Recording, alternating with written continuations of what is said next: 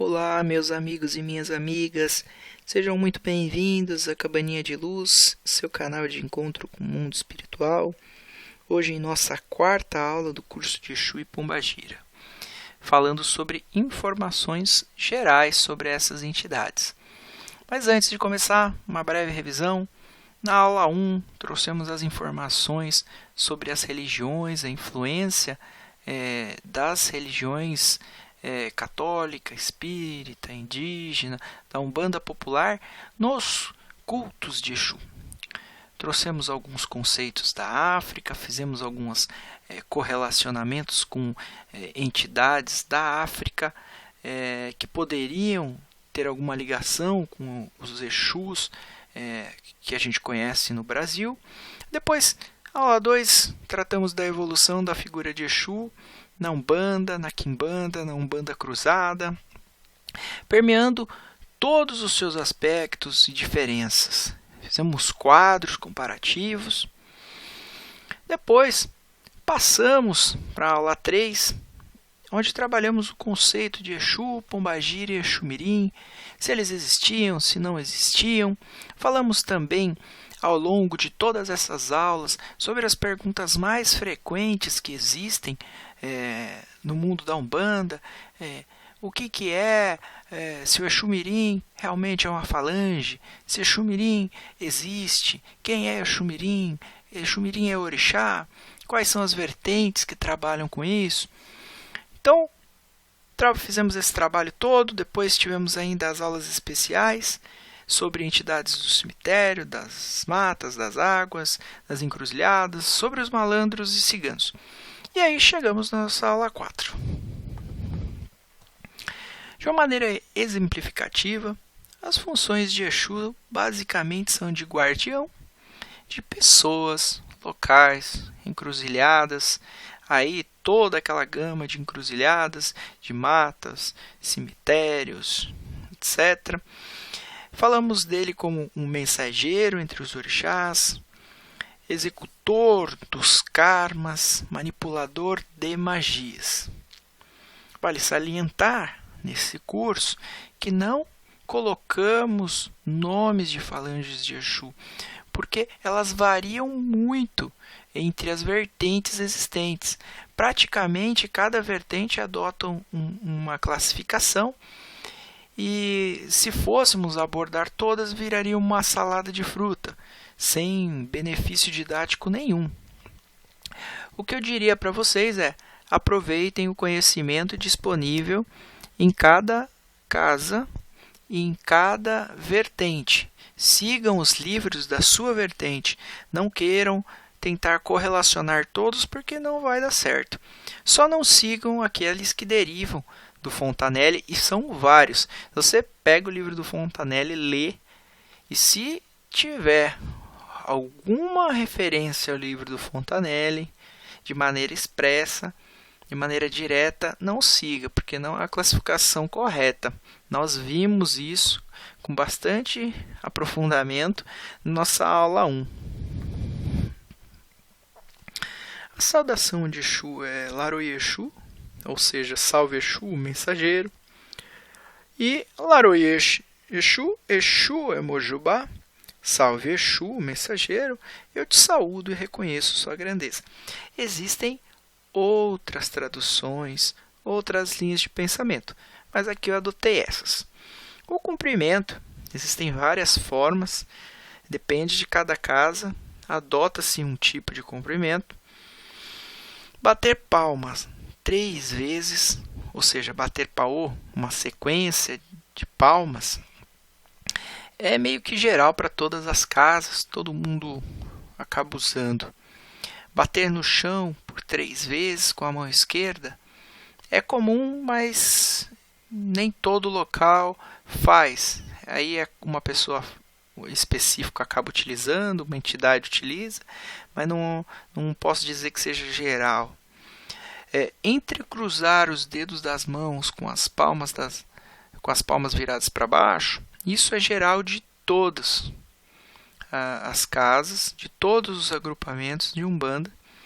Momento em que se entrecruza os dedos, de costas viradas para o Congá, apontando em direção à frente do terreiro, onde se localizam as forças de Exu, a casinha, as firmezas. Outro cumprimento é bater as costas das mãos uma na outra ou no chão. Muitas entidades, quando incorporam, fazem esse cumprimento ou saúdam outros médiuns dessa forma. O dia da semana vai variar de região para região, mas muitos colocam como sendo segunda-feira. É lógico, como todos os orixás, todos os dias existe uma vibração. O que ocorre é que com o Exu, por ele ser um movimento, alguns colocam como se ele tivesse a vibração forte todos os dias. Sem ele, não existiria vida, para algumas pessoas. Mas algumas relacionam a segunda-feira por ser o início da semana, o momento que as pessoas começam a trabalhar e em busca de riquezas materiais. O instrumento do orixá é o bastão com cabaças, e o das entidades são instrumentos fálicos, que sempre lembram instrumentos fálicos. Por exemplo, a bengala, a faca, o punhal, que são símbolos justamente dessa capacidade criadora, dessa fertilidade existente em Exu e do poder ativo. A faca, a cabaça, a bengala, elas têm o poder do masculino, o orixá ativo, realizando, concretizando. As vestimentas, nós já falamos nos vídeos específicos das entidades, mas só para relembrar: branco, branco e preto, vermelho e preto, vermelho e branco, e algumas usam azul, outras dourado, mas na realidade quem vai determinar sempre isso é a entidade, a falange que ela está relacionada e as regras de cada casa. As guias e patuás, também já falamos disso, acredito que na aula da Pombagira, aula 3. As cores basicamente seguem o raciocínio das vestimentas, sempre vai respeitar a orientação das casas, as vertentes e as entidades. Quanto ao material das guias, cada entidade vai dizer qual que é o melhor para o seu médium. É lógico, elementos naturais são sempre melhores para condução de energia e para manipulação de magia. Todavia, acabam se usando as miçangas, objetos de vidro, objetos de plástico, porque existe um acesso maior a isso. Existem todos esses materiais em casas de Umbanda. E outra coisa, os materiais naturais acabam por sofrer um processo de desnaturação com o passar do tempo. E aí estragam. Alguns deles são difíceis, é difícil de você conseguir, é difícil de você encontrar. Então, por uma questão de praticidade, acaba se utilizando produtos que não são naturais, são sintéticos. Algumas pessoas acabam levando guias prontas, compradas para o terreiro para serem cruzadas, ou seja, elas são abençoadas com a vibração da entidade e conectadas a ela e sua falange. Mas eu considero que não é o mais adequado, não é o correto, mas algumas entidades e terreiros permitem isso. Sobre as ervas elas são a força do reino vegetal. Elas são consideradas as portadoras de grande energia espiritual, dos portais do reino espiritual vegetal. São o sangue verde, a vitalidade das florestas, a vitalidade de todos os elementais que atuam de maneira natural e se relacionam com diversos tipos de trabalho, desde consagrações, desde limpezas, desde defumações. As plantas, elas estão em quase todos os rituais de Umbanda.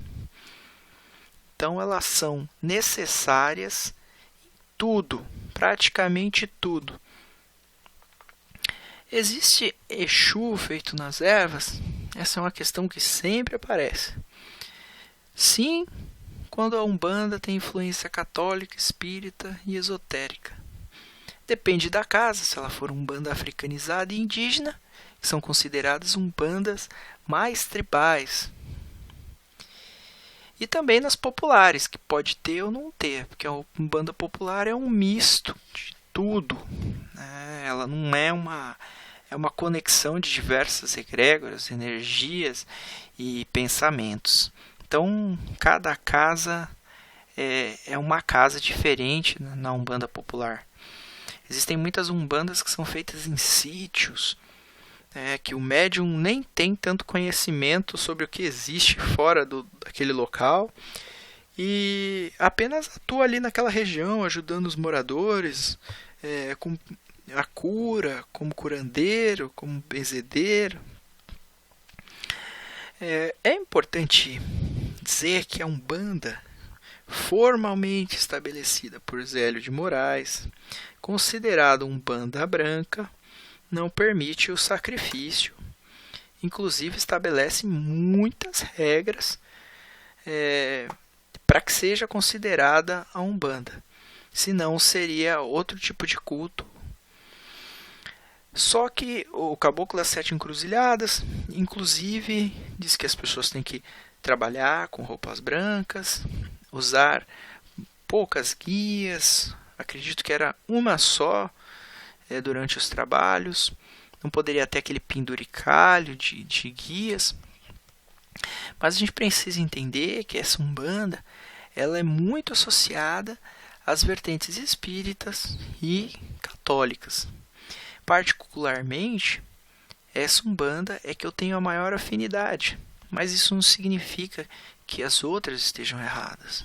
Significa que eles trabalham assim e aquele agrupamento dentro da comunidade espiritual de Umbanda trabalha daquela forma, mas todas estão vinculadas à lei maior, que é a caridade e não fazer o mal, sempre o bem. Umbanda só faz o bem. Se existe uma Umbanda que faz o mal, não é Umbanda. Também não necessariamente é Quimbanda. É um culto de trabalho negativo. Como eu já disse, as pessoas querem entender a Umbanda, querem entender a Quimbanda, sem nunca ter estudado, lido, conversado com um quimbandeiro. Aí criam-se aberrações, criam-se teorias e achismos. Nós, umbandistas, não podemos sofrer do mesmo mal que nos acometeu. Nós não podemos ser como os kardecistas são conosco. Nós sofremos preconceito, nós somos tratados como animistas,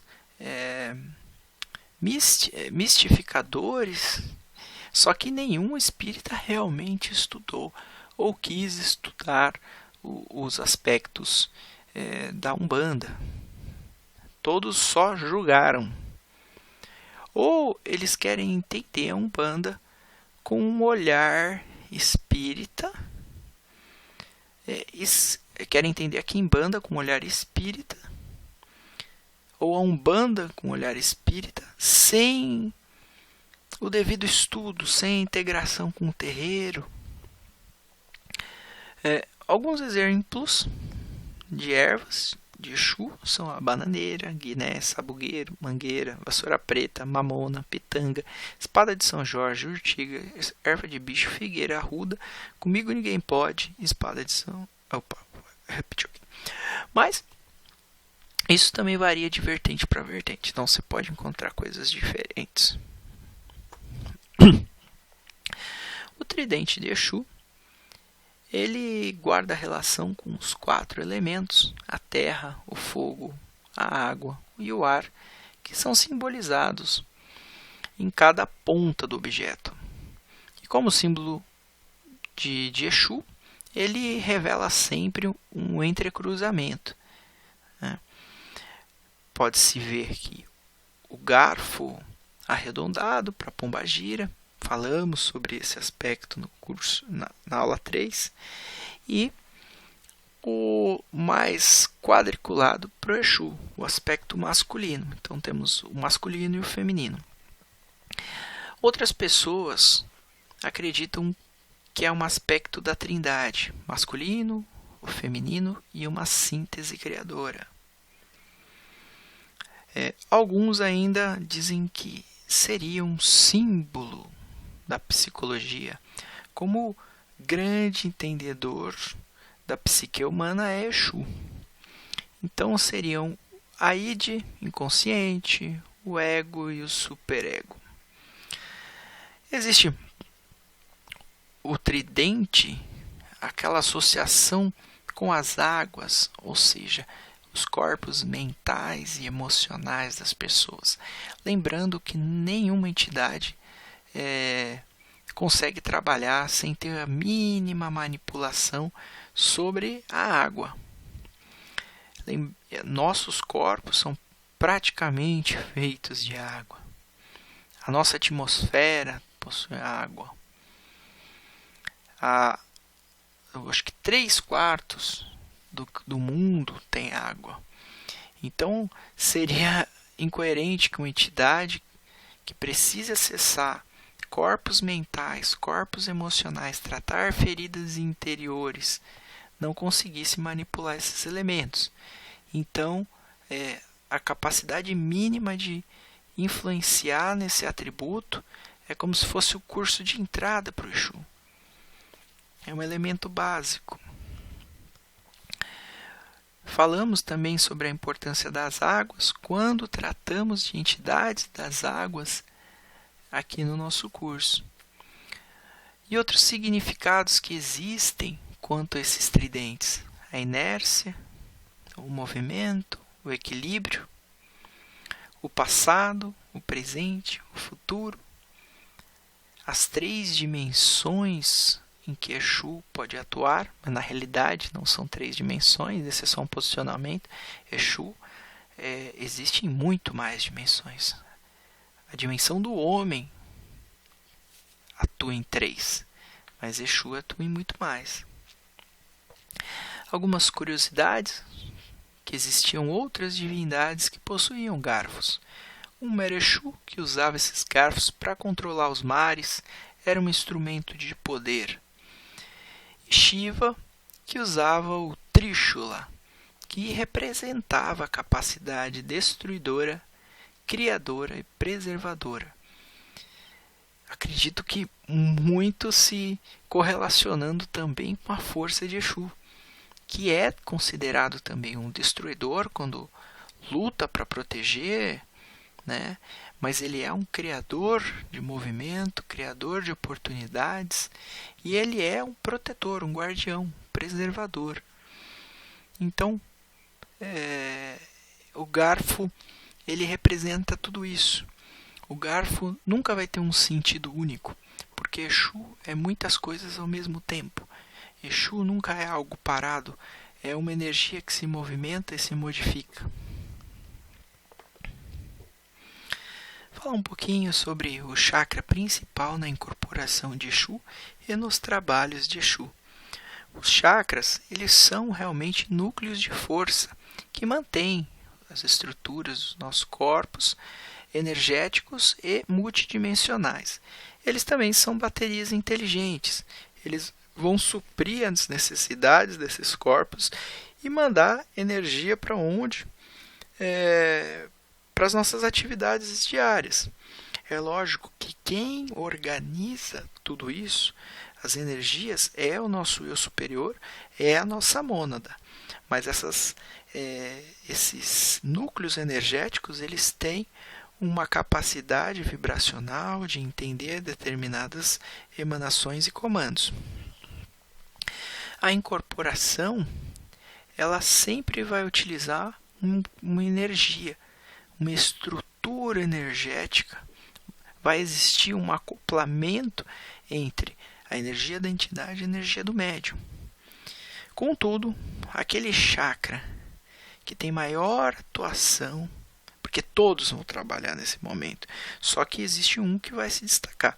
Aquele com maior atuação é o chakra básico, que fica na base da nossa coluna.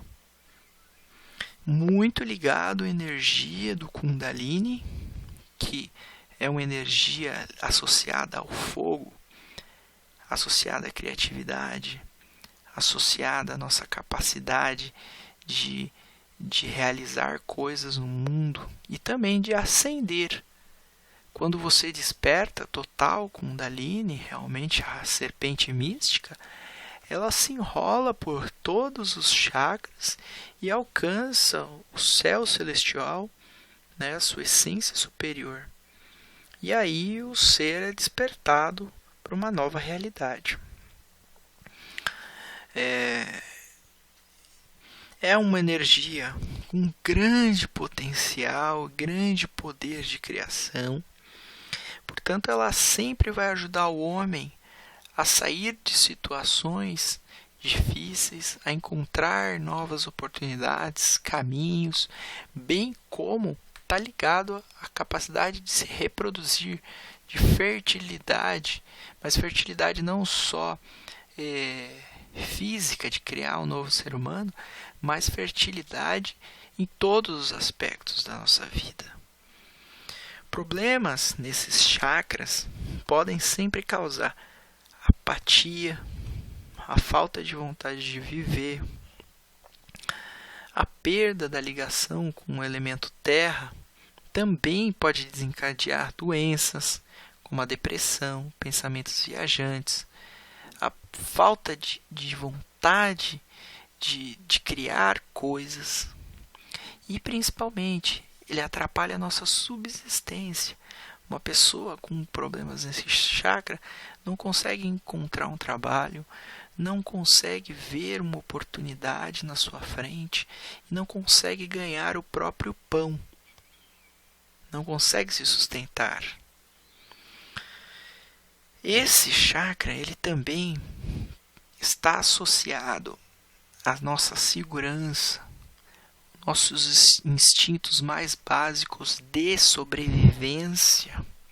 Portanto, quando a gente precisa, a gente vai atrás, a gente busca. Quando a água bate na bunda, todo mundo dá um jeito.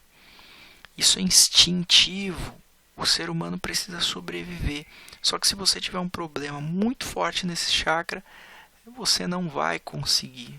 Você sempre vai já achar que você já é derrotado, que você não vai conseguir e você nem tem um instinto de sobrevivência. Porque você é tomado pela falta de força de vontade. Você não consegue se autodeterminar.